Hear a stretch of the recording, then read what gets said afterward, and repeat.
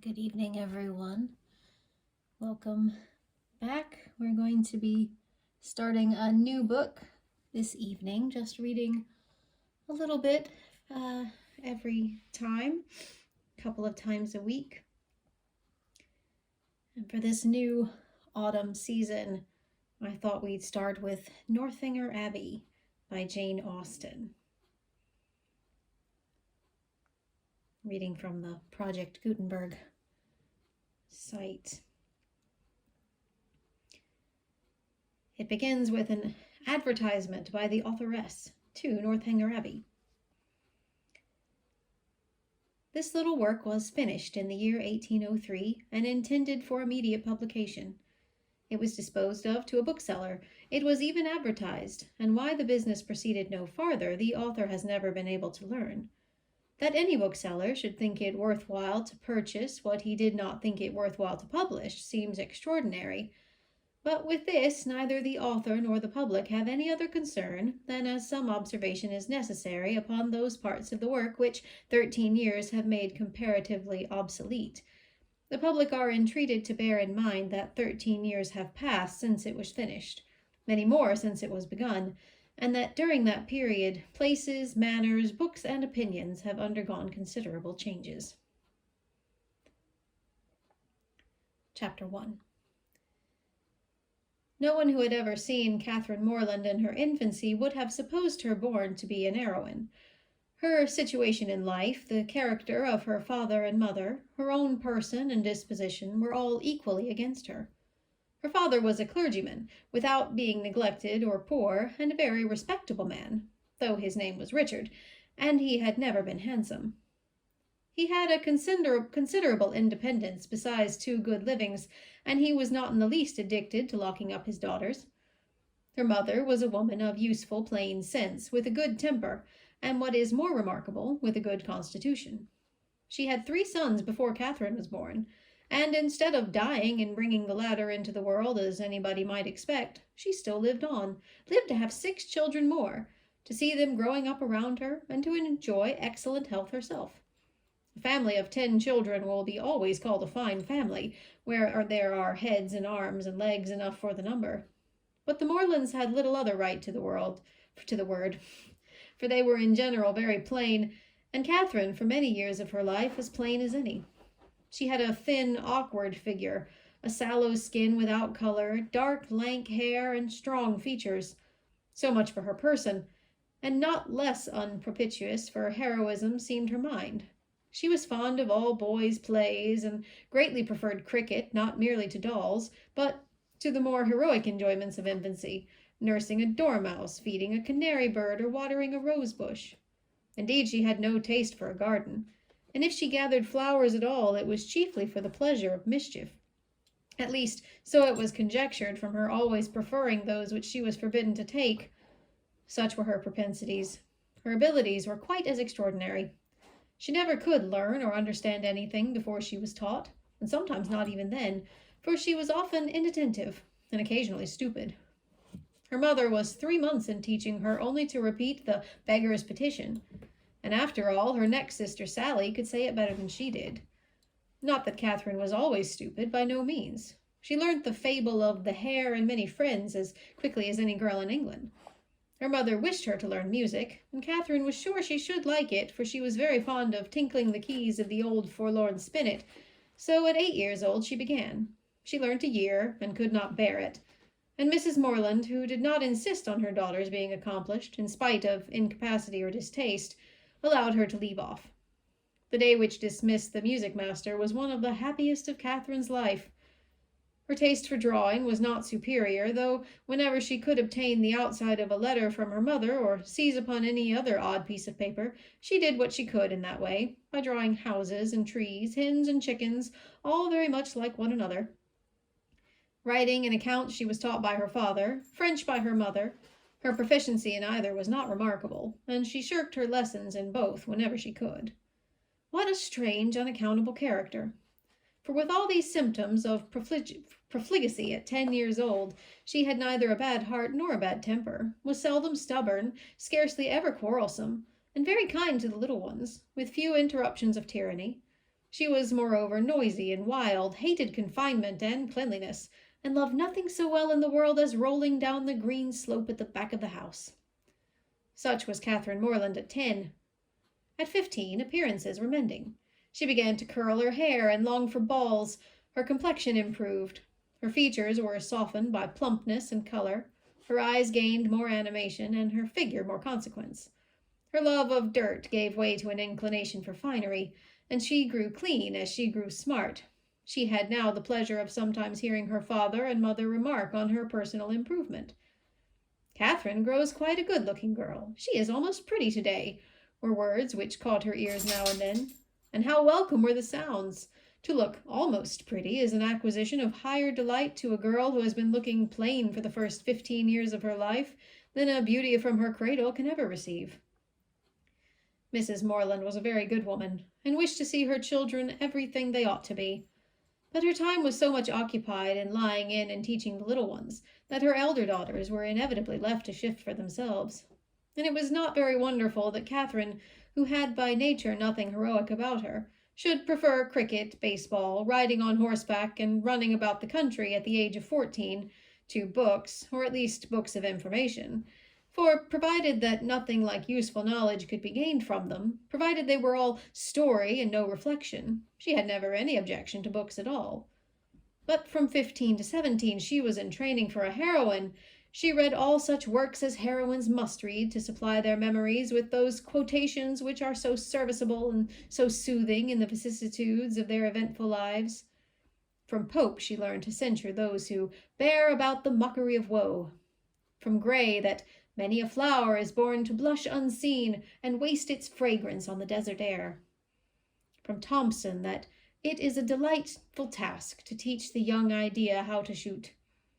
And from Shakespeare she gained a great store of information, amongst the rest, that trifles light as air are to the jealous confirmation strong as proofs of holy writ, that the poor beetle which we tread upon in corporeal sufferance feels a pang as great as when a giant dies, and that a young woman in love always looks like Patience on a monument, smiling at grief.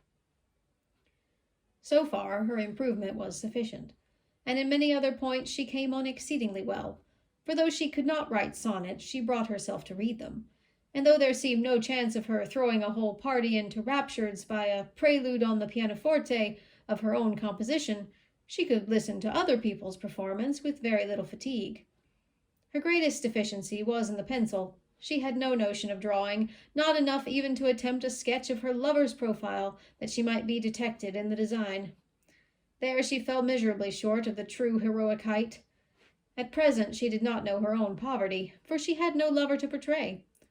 She had reached the age of 17 without having seen one amiable youth who could call forth her sensibility, without having inspired one real passion, and without having excited even any admiration but what was very moderate and transient.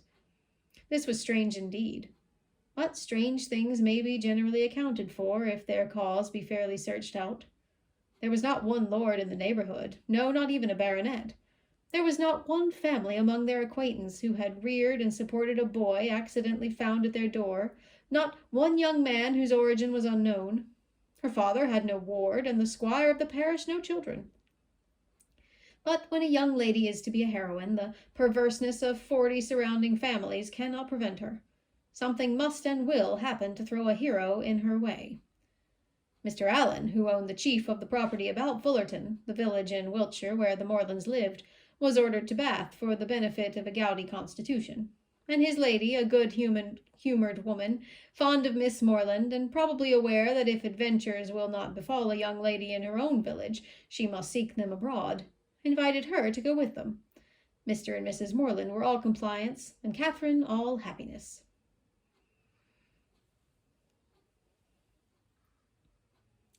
Chapter 2. In addition to what has already been said of Catherine Morland's personal and mental endowments, when about to be launched into all the difficulties and dangers of a 6 weeks' residence in Bath, it may be stated for the reader's more certain information, lest the following pages should otherwise fail of giving any idea of what her character is meant to be, that her heart was affectionate, her disposition cheerful and open, without conceit or affectation of any kind, her manners just removed from the awkwardness and shyness of a girl, her person pleasing, and when in good looks pretty, and her mind about as ignorant and uninformed as the female mind at 17 usually is. When the hour of departure drew near, the maternal anxiety of Mrs. Morland will be naturally supposed to be most severe. 1,000 alarming presentiments of evil to her beloved Catherine from this terrific separation must oppress her heart with sadness, and drown her in tears for the last day or two of their being together. An advice of the most important and applicable nature must of course flow from her wise lips in their parting conference in her closet. Cautions against the violence of such noblemen and baronets as delight in forcing young ladies away to some remote farmhouse must at such a moment relieve the fullness of her heart.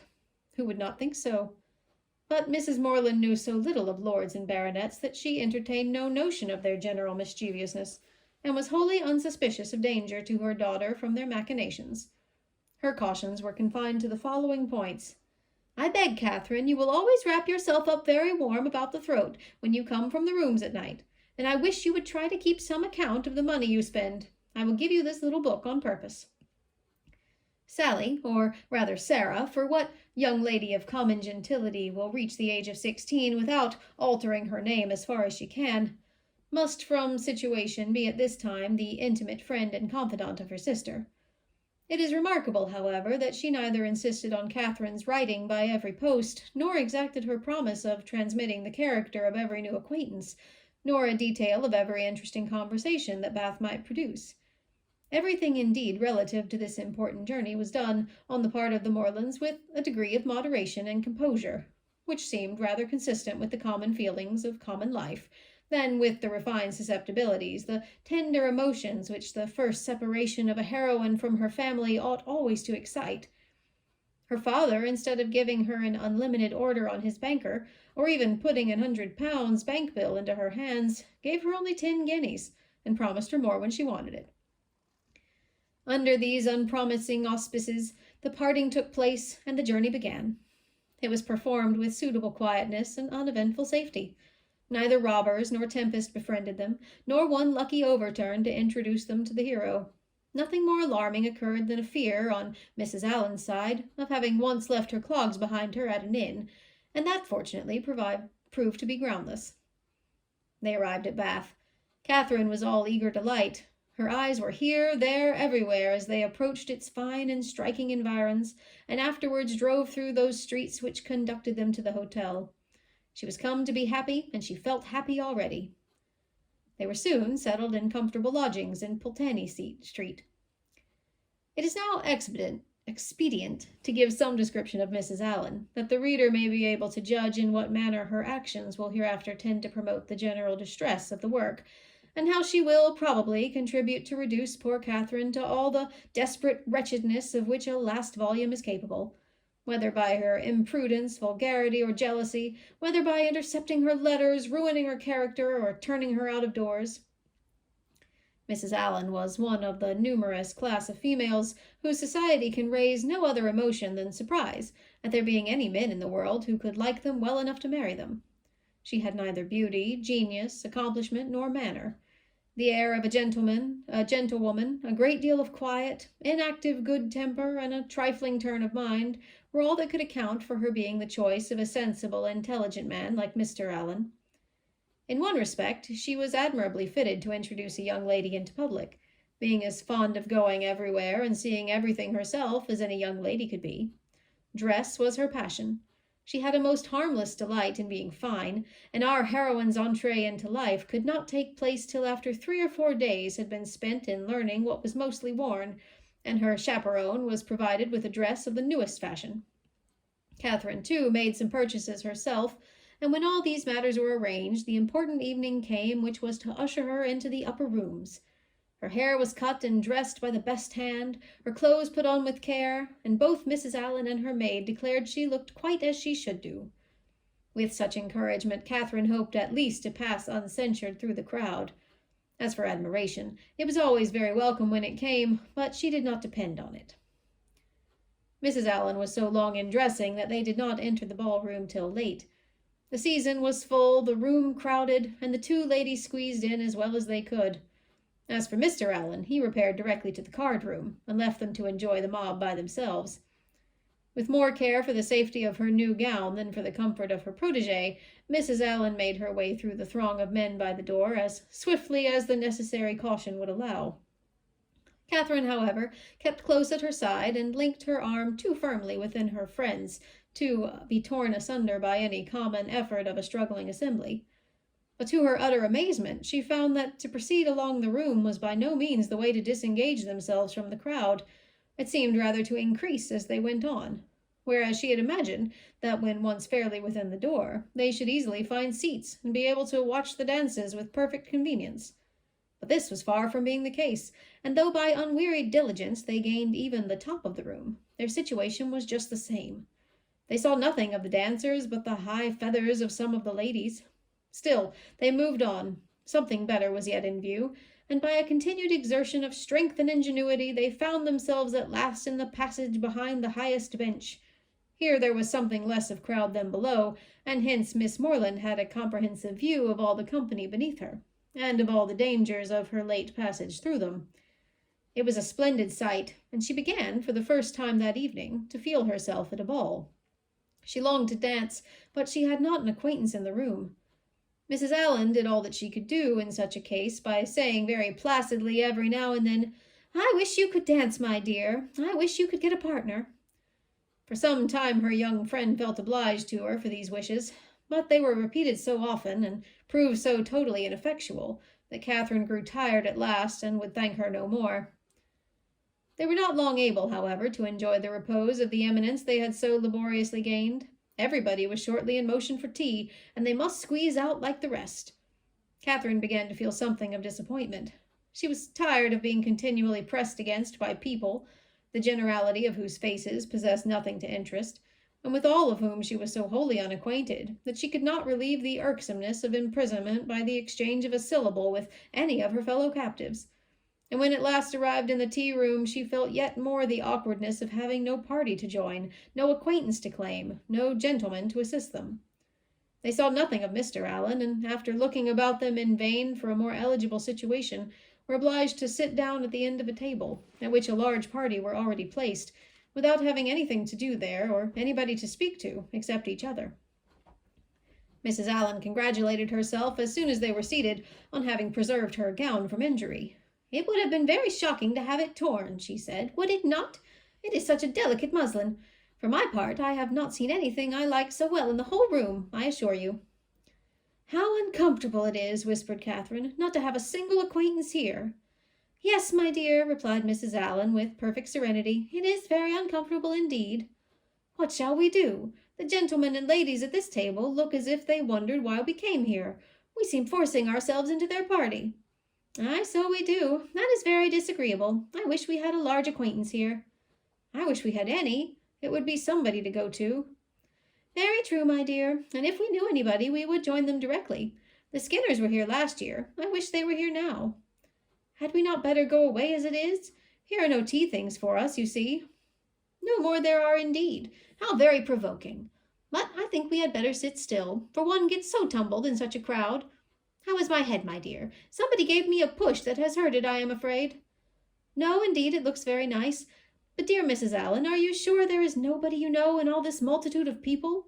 I think you must know somebody." "I don't, upon my word. I wish I did. I wish I had a large acquaintance here with all my heart, and then I should get you a partner. I should be so glad to have you dance. There goes a strange-looking woman. What an odd gown she has got on. How old-fashioned it is. Look at the back." After some time they received an offer of tea from one of their neighbors. It was thankfully accepted, and this introduced a light conversation with the gentleman who offered it, which was the only time that anybody spoke to them during the evening, till they were discovered and joined by Mr. Allen when the dance was over. "Well, Miss Morland," said he directly, "I hope you have had an agreeable ball." "Very agreeable indeed," she replied, vainly endeavoring to hide a great yawn. "I wish she had been able to dance," said his wife. "I wish we could have got a partner for her. I have been saying how glad I should be if the Skinners were here this winter instead of last, or if the Parrys had come, as they talked of once. She might have danced with George Parry. I am so sorry she has not had a partner." "We shall do better another evening, I hope," was Mr. Allen's consolation. The company began to disperse when the dancing was over, enough to leave space for the remainder to walk about in some comfort, and now was the time for a heroine, who had not yet played a very distinguished part in the events of the evening, to be noticed and admired. Every 5 minutes, by removing some of the crowd, gave greater openings for her charms. She was now seen by many young men who had not been near her before. Not one, however, started with rapturous wonder on beholding her. No whisper of eager enquiry ran round the room, nor was she once called a divinity by anybody. Yet Catherine was in very good looks, and had the company only seen her 3 years before, they would now have thought her exceedingly handsome.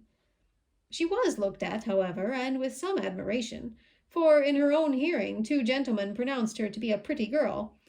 Such words had their due effect. She immediately thought the evening pleasanter than she had found it before. Her humble vanity was contented. She felt more obliged to the 2 young men for this simple praise than a true quality heroine would have been for 15 sonnets in celebration of her charms, and went to her chair in good humor with everybody, and perfectly satisfied with her share of public attention. That's the end of chapter 2. We'll stop there, and I'll see you next time as we continue Northanger Abbey. Have a good night.